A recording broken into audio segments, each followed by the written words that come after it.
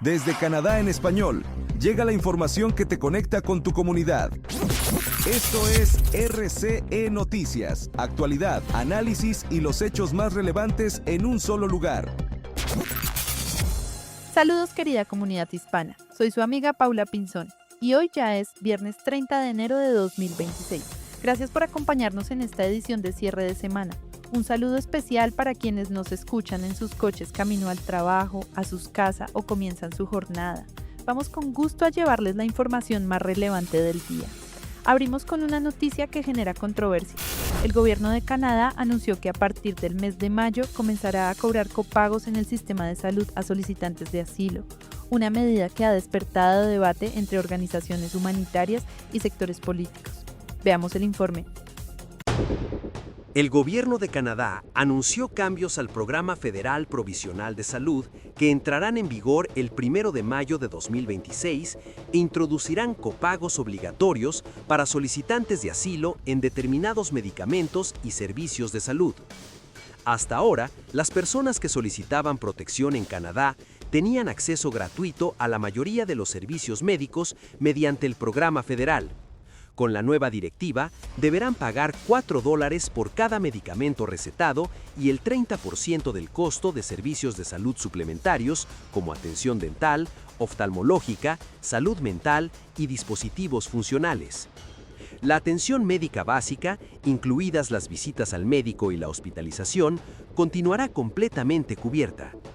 Según el Ministerio de Inmigración, Refugio y Ciudadanía, la medida busca garantizar la sostenibilidad del programa frente al aumento sostenido de solicitudes de asilo y la creciente demanda de servicios de salud, manteniendo la cobertura esencial para los beneficiarios actuales y futuros. Organizaciones de apoyo a refugiados han expresado preocupación por el impacto de la medida, señalando que podría dificultar la integración de las personas solicitantes, especialmente en áreas como la salud mental. Entre 2019 y 2024, las solicitudes de asilo en Canadá aumentaron de 64,000 a 173,000 al año, lo que ha generado una fuerte presión sobre el sistema de refugio y los programas federales de apoyo. En comercio y transporte, Donald Trump intensificó la presión sobre Canadá, amenazando con aranceles del 50% y posibles desertificaciones a la aviación canadiense, lo que podría afectar rutas y operaciones aéreas. Continuamos con más información. El presidente de Estados Unidos, Donald Trump, volvió a escalar las tensiones comerciales con Canadá, al amenazar con retirar la certificación y aplicar aranceles del 50% a los aviones fabricados en Canadá, apuntando directamente a Bombardier.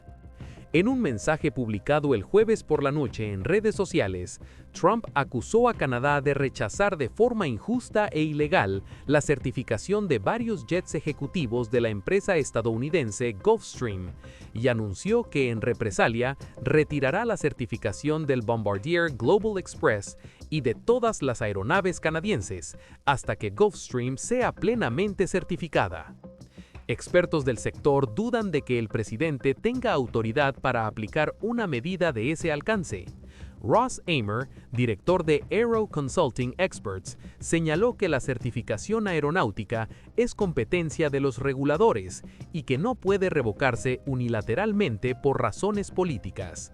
De concretarse, la decisión afectaría a más de 5,400 aviones y helicópteros fabricados en Canadá y registrados en Estados Unidos, incluidos modelos de Bombardier, Airbus y Bell. Solo Bombardier tiene cerca de 2,700 aeronaves operando en territorio estadounidense, según datos de la firma Cirium. Bombardier advirtió que la medida podría tener repercusiones graves en el tráfico aéreo y los pasajeros, y recordó que miles de aviones canadienses sobrevuelan diariamente Estados Unidos. Esta nueva amenaza se produce tras el discurso del primer ministro Mark Carney en Davos, donde denunció el uso de la coerción económica por parte de las grandes potencias. Trump reaccionó retirando la invitación de Canadá a su Consejo de la Paz y amenazando nuevamente con aranceles masivos a productos canadienses. El conflicto refuerza el clima de incertidumbre comercial entre Ottawa y Washington, en vísperas de una revisión clave del acuerdo TMEC. En economía, recortes en una planta automotriz de Ontario ponen en riesgo más de 1,000 empleos, encendiendo las alarmas en comunidades que dependen directamente de esta industria. Vámonos a los detalles. Más de 1,000 trabajadores de la industria automotriz en Ontario se verán afectados a partir de este viernes, luego de que General Motors elimine el tercer turno en su planta de ensamblaje de Oshawa. La medida, anunciada inicialmente en mayo de 2025 y pospuesta por 3 meses, entrará en vigor el 2 de febrero, cuando la planta pase a operar únicamente con 2 turnos. El ajuste impacta de forma directa a unos 500 empleados, pero considerando a proveedores y empresas vinculadas a la cadena de suministro, el número total de puestos afectados supera el 1,000,000. Esta decisión es errónea y está afectando a muchos trabajadores y la gente no tendrá trabajo mañana por la mañana. Estamos disgustados. Quiero decir, los miembros están disgustados. El sindicato está disgustado. No hay otra forma de lidiar con esto. Simplemente estamos enfadados porque nos han quitado la parte de nuestro camión, el tercer turno. Creemos que fue una decisión imprudente por parte de General y estamos enfadados. Es increíble lo que hacen nuestros trabajadores en Oshawa. Son eficientes, seguros y de calidad. Pusieron su sangre, su sudor y sus lágrimas en este camión y lo lanzaron en un tiempo récord. Fue una historia absolutamente increíble aquí en Oshawa y que la geopolítica interrumpiera esa historia es absolutamente exasperante. General Motors señaló que ofrecerá paquetes de apoyo a los trabajadores despedidos y reiteró su compromiso con las operaciones que se mantienen en Oshawa. No obstante, el recorte ha generado fuerte preocupación sindical y política, especialmente por el contexto de incertidumbre comercial con Estados Unidos. La gente tiene miedo. Estamos hablando de familias jóvenes, la gente está vendiendo sus coches, sus casas. Obviamente están haciendo grandes cambios en sus vidas ahora mismo. Mucha gente empezó a trabajar aquí hace 4 años con la esperanza de que GM Oshawa en la región de Durham operara en 3 turnos. Desde el gobierno de Ontario se calificó la decisión como decepcionante y se aseguró que existen planes para facilitar la reubicación laboral de los afectados en sectores como defensa, ciencias de la vida y manufactura avanzada. Tenemos un plan, nos aseguraremos de que tengan oportunidades en los sectores de defensa y ciencias biológicas, así como en otras áreas, y estaremos a su disposición 24/7.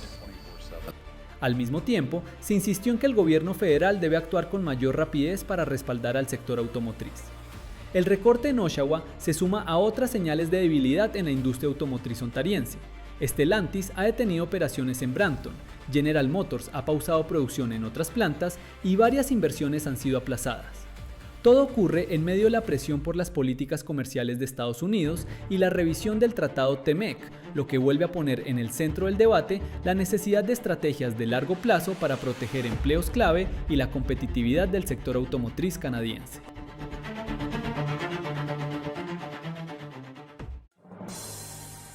En el mundo cultural, luto en el cine y la comedia tras conocerse el fallecimiento de Catherine O'Hara, una de las figuras más queridas del entretenimiento canadiense a los 71 años. Su legado deja una huella profunda en el cine y la televisión. Continuamos con más información. La actriz canadiense Catherine O'Hara, una de las figuras más queridas de la comedia en cine y televisión, falleció este 30 de enero de 2026 a los 71 años, informaron medios internacionales y su agencia de representación. Nacida en Toronto, O'Hara murió en su casa de Los Ángeles tras una breve enfermedad, según confirmó su agencia Creative Artists Agency. No se han divulgado más detalles sobre la causa de su muerte. O'Hara era ampliamente reconocida por sus papeles en comedias clásicas y series de culto. Alcanzó fama internacional como Kate McAllister, la madre de Kevin en Home Alone, Mi Pobre Angelito, y como Moira Rose en la aclamada serie Schitt's Creek, papel que le valió premios Emmy y el reconocimiento mundial.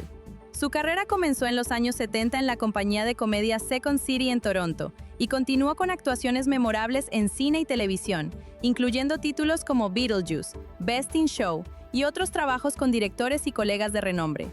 O'Hara deja un legado duradero en la comedia, con una trayectoria de más de 5 décadas en la que combinó humor, versatilidad y personajes inolvidables que marcaron a varias generaciones de público.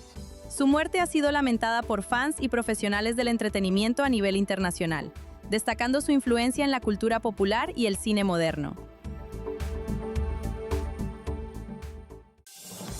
En Washington crece el debate por un posible nuevo cierre del gobierno, esta vez vinculado al financiamiento del servicio de inmigración, en medio de tensiones políticas cada vez más marcadas. Veamos el informe. Estados Unidos evitará otro cierre de gobierno. En una publicación de Truth Social el jueves, el presidente Donald Trump anunció que se había alcanzado un acuerdo presupuestario antes de la fecha límite de la medianoche del viernes. Ambas partes se apresuran ahora a buscar el respaldo. Los republicanos y los demócratas del Congreso se han unido para conseguir que la gran mayoría del gobierno cuente con financiación hasta septiembre. Esperemos que tanto los republicanos como los demócratas den el tan necesario voto bipartidista a favor. Tras los disparos contra los ciudadanos estadounidenses Alex Pretty y Renee Good por parte de los agentes federales de inmigración, los demócratas del Senado bloquearon el jueves la votación del presupuesto para evitar la financiación del ICE a través del Departamento de Seguridad Nacional. En virtud del nuevo acuerdo, la financiación de la agencia se prorrogará temporalmente, pero seguirá estando separada del proyecto de ley del gasto más amplio. Los demócratas siguen buscando cambios en el departamento, entre ellos una mejor formación y directrices sobre cómo deben identificarse los agentes federales. Acabemos con las actividades ilegales, devolvamos al ICE a lo que era antes, cuando se identificaban y no iban por ahí en bandas itinerantes sin órdenes judiciales. Algunos de los protocolos tradicionales bajo los que operan literalmente desde hace años y años. El pasado mes de octubre, Estados Unidos vivió el cierre gubernamental más largo de su historia, con una duración de 43 días. El enfrentamiento sobre las subvenciones al seguro médico llegó a su fin cuando un pequeño grupo de demócratas moderados se puso de acuerdo con los republicanos para aprobar el proyecto de ley de financiación. En ciencia y seguridad global, el reloj del apocalipsis volvió a acercarse a la medianoche, señalando mayores riesgos para la humanidad debido a conflictos, crisis climática y amenazas nucleares. Continuamos con más información. El reloj del apocalipsis, que mide simbólicamente la inminencia del fin del mundo, se acercó el martes más que nunca a la catástrofe. El grupo Boletín de los Científicos Atómicos movió las manecillas a 85 segundos antes de la medianoche, es decir, 4 segundos menos que hace un año. Este anuncio llega un año después del inicio del segundo mandato del presidente estadounidense Donald Trump, que ordenó ataques unilaterales y retiró a su país de varias organizaciones internacionales. Rusia, China, Estados Unidos y otros grandes países se han vuelto cada vez más agresivos, hostiles y nacionalistas, según indicó este grupo de científicos en un comunicado que anunciaba el adelanto del reloj, decidido tras la consulta de un comité que incluye a 8 laureados con el premio Nobel. Los conflictos se intensificaron en 2025 con múltiples operaciones militares que involucraron a estados con armas nucleares. El último tratado restante que regula los arsenales de armas nucleares entre Estados Unidos y Rusia expira la próxima semana. Por primera vez en más de medio siglo, nada impedirá una carrera armamentística nuclear descontrolada. Asimismo, el boletín destacó los niveles récord de emisiones de dióxido de carbono, principal factor del calentamiento global. También en este ámbito, Trump invirtió radicalmente la política estadounidense en materia de lucha contra el cambio climático. El dióxido de carbono atmosférico y el nivel global del mar han alcanzado máximos históricos. Sequías, incendios, inundaciones y tormentas siguen intensificándose y volviéndose más erráticas. Y esto solo empeorará. A pesar de las reiteradas advertencias de científicos de todo el mundo, la comunidad internacional no cuenta con un plan coordinado y el mundo sigue sin estar preparado para amenazas biológicas potencialmente devastadoras. El Boletín de Científicos Atómicos, fundado por Albert Einstein, Robert Oppenheimer y otros científicos nucleares de la Universidad de Chicago, colocó inicialmente el reloj a 7 minutos para la medianoche en 1947. El año pasado se movió más cerca, pero solo un segundo, en medio de expectativas cautas ante las promesas del recién investido Trump de buscar la paz. En salud internacional, alerta sanitaria en Asia por el virus Nipah. Autoridades monitorean posibles contagios y recomiendan mantenerse informados por fuentes oficiales. Vámonos a los detalles. El virus Nipah pone en alerta a Asia. Esta enfermedad infecciosa, para muchos desconocida, ha rebrotado en las últimas semanas en India, donde 2 casos mortales han desatado una ola de medidas preventivas en países como Tailandia, Malasia, Singapur o Pakistán. ¿Pero qué es exactamente este patógeno? Es uno de los muchos virus que transmiten los murciélagos, y en particular los murciélagos frugívoros. Anteriormente se ha propagado a los humanos. La Organización Mundial de la Salud advierte de la peligrosidad del Nipah, cuyo impacto depende también de la capacidad de detección y del tratamiento aplicado en los sistemas sanitarios locales. Causa una enfermedad muy grave y la tasa de mortalidad varía según el brote, pero ronda entre el 45 y el 75%. Por contra, hasta la mitad de los casos podrían ser asintomáticos. Por lo tanto, la tasa de mortalidad real por infección es probablemente inferior a la tasa de mortalidad basada en los casos identificados. Este virus se identificó por primera vez en Malasia en 1999. Desde entonces ha habido varios brotes anuales, especialmente en Bangladesh. Hasta diciembre de 2025, los registros históricos hablaban de 750 casos, 415 de ellos fatales. Los síntomas iniciales son comunes: fiebre, dolor de cabeza y malestar general, y en los casos más graves, inflamación cerebral o problemas respiratorios. Los síntomas tardan aproximadamente 1 o 2 semanas en aparecer, quizá un poco antes en algunos casos y a veces mucho más. Creo que el periodo más largo ha sido de 45 días. Esto significa que es muy difícil controlar los aeropuertos.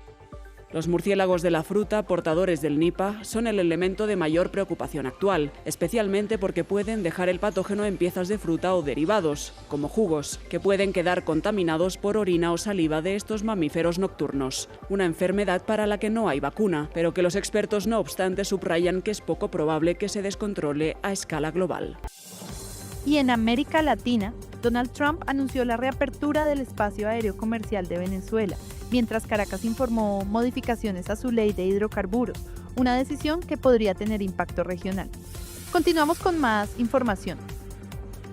El petróleo venezolano nuevamente abierto al mundo. La presidenta encargada Delcy Rodríguez promulgó la reforma a la ley de hidrocarburos, una herramienta con la que la nación busca incentivar la inversión extranjera. En esta ley está la impronta del comandante Chávez. Reafirma la soberanía sobre nuestros recursos energéticos. La ley busca sentar las bases para la inversión en el sector petrolero y para ello establece un nuevo modelo distinto al de empresas mixtas, donde el Estado venezolano contaba con la mayoría accionaria. Sin una nueva que se conoce como contratos de desarrollo de participación de actividades primarias, en la cual empresas privadas venezolanas o que tengan sede en Venezuela pueden hacer actividades directamente con el conducto petrolero. Para profundizar la distinción entre Caracas y Washington, la OFAC publicó la licencia general número 46, la cual habilita una amplia gama de operaciones vinculadas al crudo venezolano y hasta ahora prohibidas por las sanciones contra el gobierno de Nicolás Maduro. Las principales compañías petroleras están yendo a Venezuela y traerán consigo una enorme riqueza para Venezuela y Estados Unidos. De acuerdo con las autoridades venezolanas, la inversión que surja de la reforma podría elevar la producción a unos 5 millones de barriles, consolidando al país como una potencia en el sector. Washington sigue estrechando lazos con Caracas. El presidente estadounidense Donald Trump destacó que su administración podría abrir de nuevo el espacio aéreo, una medida que rompería el aislamiento aéreo que vive Venezuela desde el año 2019 y se intensificó a finales de 2025. Los ciudadanos estadounidenses podrán viajar muy pronto a Venezuela y estarán muy seguros allí.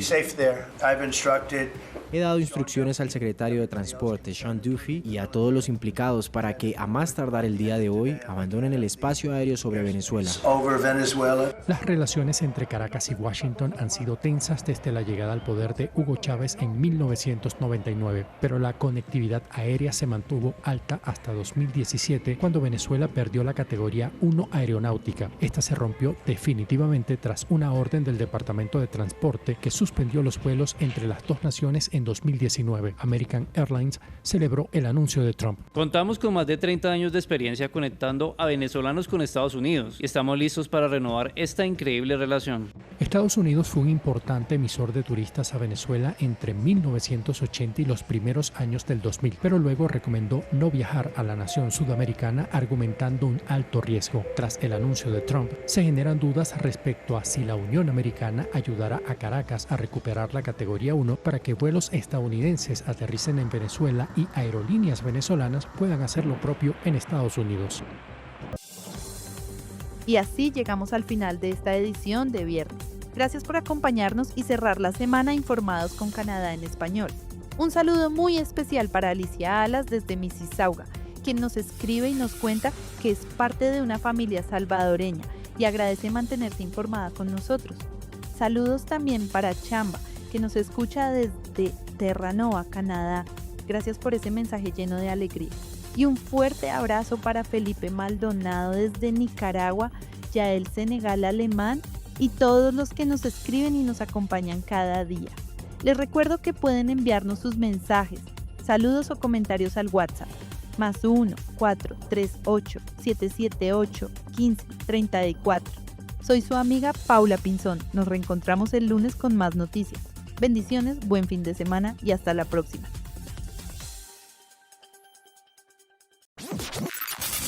Suscríbete, dale like y comparte, porque la información no se detiene y nosotros tampoco. Esto fue RCE Noticias. Mantente informado todos los días con las noticias más relevantes de Canadá y del mundo hispanohablante. Sigue conectado a nuestra programación y no te pierdas las próximas emisiones. Aquí, en Canadá en Español. Hasta la próxima.